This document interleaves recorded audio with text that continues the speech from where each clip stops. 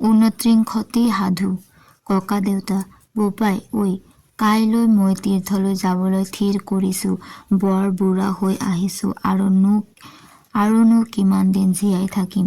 এতেকে কিছুমান দিন আৰু তই সাধু শুনিবলৈ নাপাব।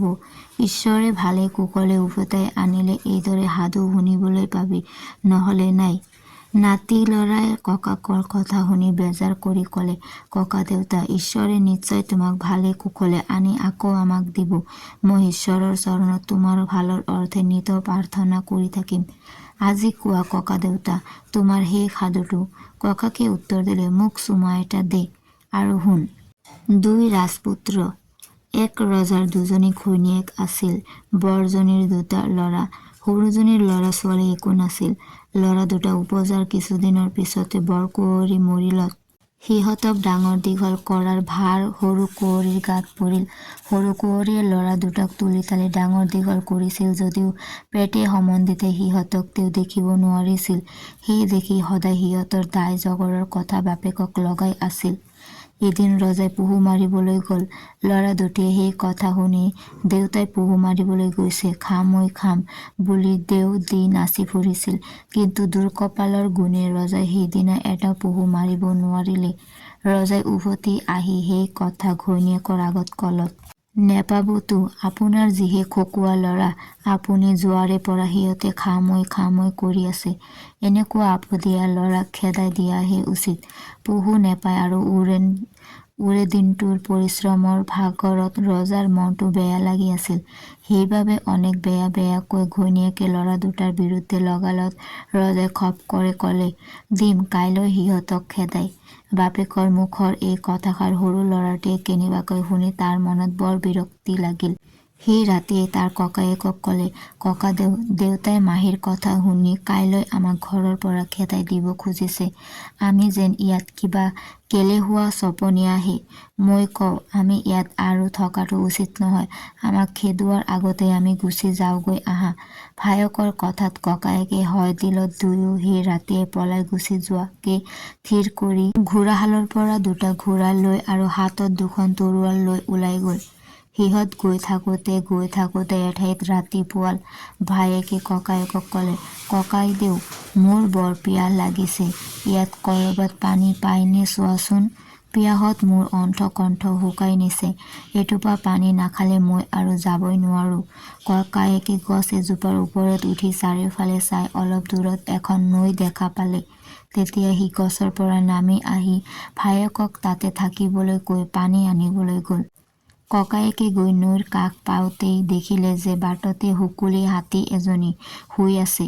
সি হাতীজনীক কলে, হেৰ উঠ, মোক বাট এৰি দে, মোৰ ভাইটিৰ বৰ পিয়াহ লাগিছে। বেগতে মই পানী এটোপা আনি তাক খাবলৈ দিওঁ।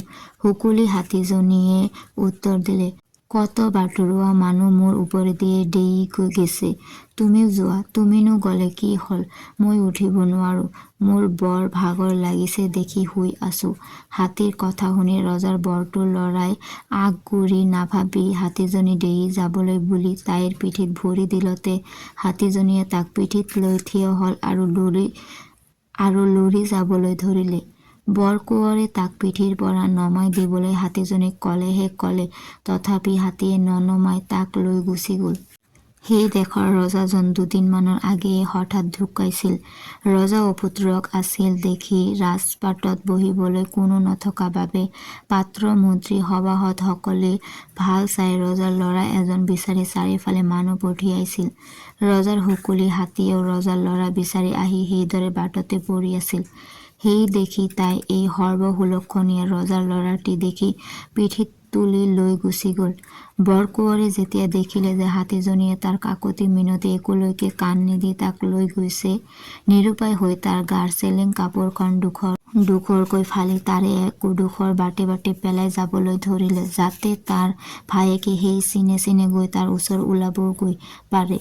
সুকুলী হাতীয়ে বৰকোঁৱৰক লৈ গৈ ৰাজপাটত তুলি দিলত পাত্ৰ মন্ত্ৰীসকলে তাক ৰজা পাতি সেৱা কৰিলে। ইফালে ভায়েকে বাট চাই ককায়েকক নেদেখি ঘোঁৰাত উঠি বিচাৰি আগবাঢ়ি আহি নৈ পালেহি। নৈতে সি পানী খাই পিয়াহ গুচাই লৈ ককায়েকৰ চেলেঙৰ টুকুৰাবোৰ দেখি সেই চিনে গৈ ৰজাৰ নগৰ পালেগৈ। সি নগৰ সোমালতে ৰজাৰ চহিছে তাক ঘোঁৰাচোৰ বুলি ধৰি ঘোঁৰাটো কাঢ়ি লৈ তাক মাৰি কিলাই খেদাই দিলে। সৰু কোঁৱৰে কান্দি কাটি এজনী মালিনীৰ ঘৰত আশ্ৰয় ললেগৈ। মালিনীৰ তালৈ মৰম লাগি খুৱাই বোৱাই তাক ৰাখিলে। ইয়াৰ দিন চেৰেকৰ পিছত সৰু কোঁৱৰে বাটত ফুৰোতে বামুণৰ গৰখীয়া ল'ৰা এটাই গধূলি অকলে গৰু লৈ অহা দেখি হাতৰ লাখুটি ডালেৰে টাঙোন মাৰি গৰখীয়া ল'ৰাটো মাৰি গৰখীয়াৰ কাণৰ কেৰুযোৰ আৰু গাৰ কাপোৰখন হুলুকাই লৈ নিজে পিন্ধি গৰু লৈ বামুণৰ ঘৰ ওলালহি। গধূলি মুনি চুনি বেলিকা সি বামুণৰ ঘৰৰ আগ চোতাল পাই মাত লগালে, আই মোৰ জ্বৰ উঠিছে, গৰুকেইটা চাওক মই শুই থাকোঁ। এই বুলি সি ঘৰৰ চুকতে ঘুমাই শুই থাকিল। বামুণীয়ে খাই বৈ শুলত ৰাতি উঠি সি বামুণৰ ঘৰত কত কি বস্তু আছিল সোপাকে চাই ললে। সেই দেখি বামুণীয়ে তাক আগৰ নিজৰ গৰখীয়া ভাবি যি বস্তুকে আনিবলৈ কয়, যিহকে কৰিবলৈ কয় তাকো সি আনিব আৰু তাকো কৰিব পৰা হল। সি যিটো বস্তু আনিব নোৱাৰিছিল সেইটো সি বৰ জ্বৰৰ তাপত পাহৰিলোঁ বুলি কৈ গা সাৰিছিল আৰু হোজা বামুণীয়ে সেই দেখি তাক একো সন্দেহ নকৰিছিল। এদিন সি নৈত তাৰ গাটো ভালকৈ ঘঁহি পিহি ধুবলৈ বুলি বামুণীক খুজি খাৰণী এটোপা লৈ গা ধুই আছিল। এনেতে ওচৰতে ৰজাৰ ঘাটত ৰজাৰ ভনীয়েকেও গা ধুৱক সৰু কোঁৱৰে খাৰণী ঘঁহি নৈত গা ধুলত তাৰ গাটোৰ মলি গুচি কেঁচা সোণৰ বৰণ যেন হল। ৰজাৰ ভনীয়েকে তাক তেনেকুৱা দেখি ৰজাৰ কোঁৱৰ বুলি চিনি পাই পানীত বুৰ মাৰি আহি তাৰ কাণৰ কেৰুযোৰ চুৰ কৰি লৈ গল আৰু নিজৰ মনতে তাক স্বামী বুলি বৰিলে। ইয়াৰ পিছত গৰখীয়া সৰু কোঁৱৰ ঘৰলৈ আহিলত বামুণীয়ে তাৰ কেৰুযোৰ কলৈ গল বুলি তাক সুধিলত সি পানীত পৰি হেৰাল বুলি কলে। কিছুমান দিনৰ মূৰত ৰজাই ভনীয়েকৰ স্বয়ম্বৰ পাতিলে। বামুণে গৰখীয়াক কলে, হেৰ আজি ৰজাৰ ভনীয়েকৰ স্বয়ম্বৰ, আহচোন আমিও চাবলৈ যাওঁহক। এই বুলি বামুণ গৰখীয়াৰে সৈতে সেই স্বয়ম্বৰলৈ গল। ৰজাৰ ভনীয়েকে স্বয়ম্বৰ সভালৈ আহিয়েই বামুণৰ গৰখীয়াক দেখি সেই তেওঁ গা ধুওঁতে দেখা ল'ৰাটোৱে বুলি চিনি পাই তাৰ ডিঙিত মালা দিলে। দেশ বিদেশৰ পৰা অহা আনবোৰ ৰাজকোঁৱৰে ৰজাৰ ভনীয়েকৰ পৰা মালা পাবলৈ আশা কৰি মূৰ দোৱাই থাকোঁতেই গল। ৰজাৰ ভনীয়েকে গৰখীয়া মূৰত মালা দি গৰখীয়াক স্বামী বৰা দেখি সকলোৱে লাজতে তললৈ মূৰ কৰি ৰল আৰু ৰজাই বৰকৈ অপমান পাই ভনীয়েকক খেদাই দিলে। গৰখীয়া ল'ৰা ঘৈণীয়েকেৰে সৈতে হাবিৰ ফালে গুচি গৈ হাবিত ঘৰ এটা সাজি থাকিল। ইফালে ককায়েক ৰজাই ভায়েকৰ শোকত পাটীৰ পৰা উঠিবই নোৱাৰা হল। তেওঁৰ ভায়েকটি অৰ্থাৎ সৰু কোঁৱৰ দেখিবলৈ হৰিণা পহুটি যেন আছিল আৰু ভনীয়েকেও যাক গৰখীয়াই লৈ গল দেখিবলৈ এজনী হৰিণা পহু যেন আছিল।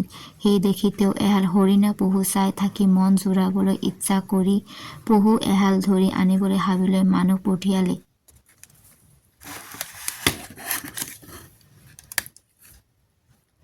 সেই মানুহৰ এযোৰা এদিন সৰু কোঁৱৰ তেওঁৰ ঘৈণীয়েকেৰে সৈতে থকা হাবিত ওলালগৈ। তেওঁলোক কৰ মানুহ, কি হাবিলৈ আহিছে বুলি সৰু কোঁৱৰে পহু বিচৰা মানুহযোৰাক সুধিলত সিহঁতে কলে যে আমাৰ ৰজাৰ বৰ নৰীয়া। সেই দেখি তেওঁ হৰিণা পহু চাবৰ মন কৰি এহাল হৰিণা পহু বিচাৰি লৈ যাবলৈ আমাক হাবিলৈ পঠিয়াইছে। সৰু কোঁৱৰৰ ঘৈণীয়েকে তেওঁৰ গিৰিয়েকৰ পৰা ককায়েক ভায়েকৰ আঁতিগুৰি আৰু পিছৰ সকলো বিক্ৰান্ত শুনি থৈছিল। সেই দেখি তেওঁ ৰজাকে গিৰিয়েকৰ সেই হেৰুৱা ককায়েক বুলি জানিছিল। এতিয়া সুবিধা বুজি তেওঁ সেই মানুহযোৰক কলে, তোমালোক কাইলৈ পুৱাই ইয়ালৈ আহিবা, আমাৰ এহালি হৰিণা পহু আছে, আমি তাকে দিম। এই কথা শুনি মানুহযোৰা উভতি গল। ৰাতিপুৱালত মানুহযোৰাত আহি তেওঁলোকক হৰিণা পহু খুজিলত তেওঁ সিহঁতক কলে, তোমালোক আগবাঢ়া, আমি এতিয়া তোমালোকৰ পিছে পিছে হৰিণা পহু লৈ যাবলৈ লাগিছোঁ। সৰু কোঁৱৰৰ ঘৈণীয়েকে ভেশন কৰি আৰু গিৰিয়েকক মূৰে গায়ে কাপোৰ দি ঢাকি লৈ ৰজাৰ ঘৰ ওলালগৈ। তেওঁ গৈয়েই ৰজাৰ ওচৰ পাই ৰজাক কলে, মই হৰিণা পহু আনিছোঁ, এটা ঘৰৰ ভিতৰত এখন আঁৰ কাপোৰৰ ভিতৰত আশাৰ চেৰেক কথা কৈ স্বৰ্গদেৱৰ আগত উলিয়াই দিম। এই বুলি কলত আঁৰ কাপোৰৰ ভিতৰত সোমাই চাকিটোক সম্বোধন কৰি কবলৈ ধৰিলে, শুনিছা বন্তি, আই আছিল পাটমাদৈ, বোপাই আছিল ৰজা, পাটৰ কাপোৰ ঘিণত নিপিন্ধিলোঁ, এতিয়া হলোহি প্ৰজা। এক এনেকৈ কুটিল মাহীয়ে এনেকৈ দিলে খেদি, এক এনেকৈ ৰাতি হালিয়ে ঘোঁৰাত আহিলোঁ উঠি। এক এনেকৈ বাটত আহোঁতে ভাইৰ পিয়াহ লাগিলে, পানী বিচাৰি আহোঁতে ককাইক ভুৱা দি হুকুলি নিলে। এক এনেকৈ উৰে বাটটোৱে ককায়ে চেলেং ফালে, এক এনেকৈ চিনে চিনে আহি ভায়েকে ওচৰ পালে। এক এনেকৈ ঘোঁৰা চহিছে ঘোঁৰা চোৰ বুলি ধৰি, এক এনেকৈ মাৰি কিলাই ঘোঁৰাটো ললে কাঢ়ি।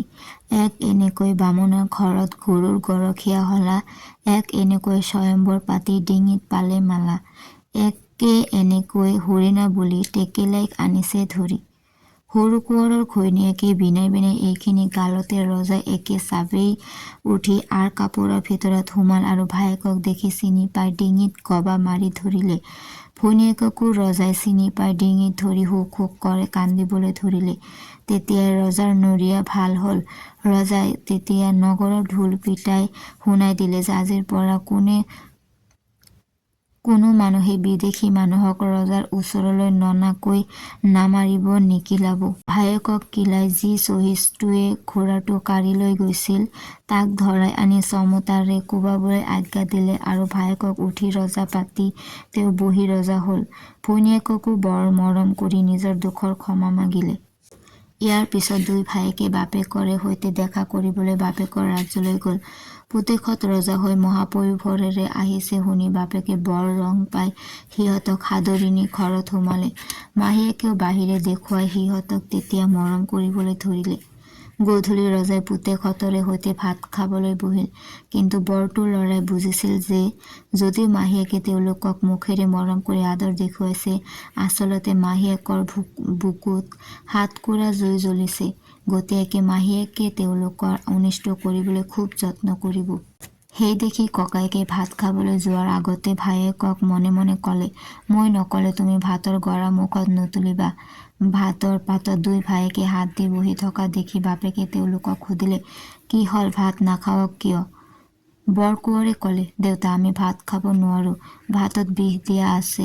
ৰজাই সেইটো ভয় মিছা বুলি উৰাই দিলত ককায়েকে তাৰে এগৰা ভাত ওচৰতে থকা মেকুৰীজনীক খাবলৈ দিলত মেকুৰীজনীয়ে ভাতগৰা খাই থিতাতে মৰি থাকিল। বাপেকে তেতিয়া কোঁৱৰীক কাটিবলৈ হুকুম দিলে। ইয়াৰ পিছত কিছুমান দিন বাপেকৰ ৰাজ্যতে দুই কোঁৱৰে মহাসুখে খাই বৈ থাকি নিজৰ ৰাজ্যলৈ উভতি আহি ৰাজ্য পালন কৰিবলৈ ধৰিলে।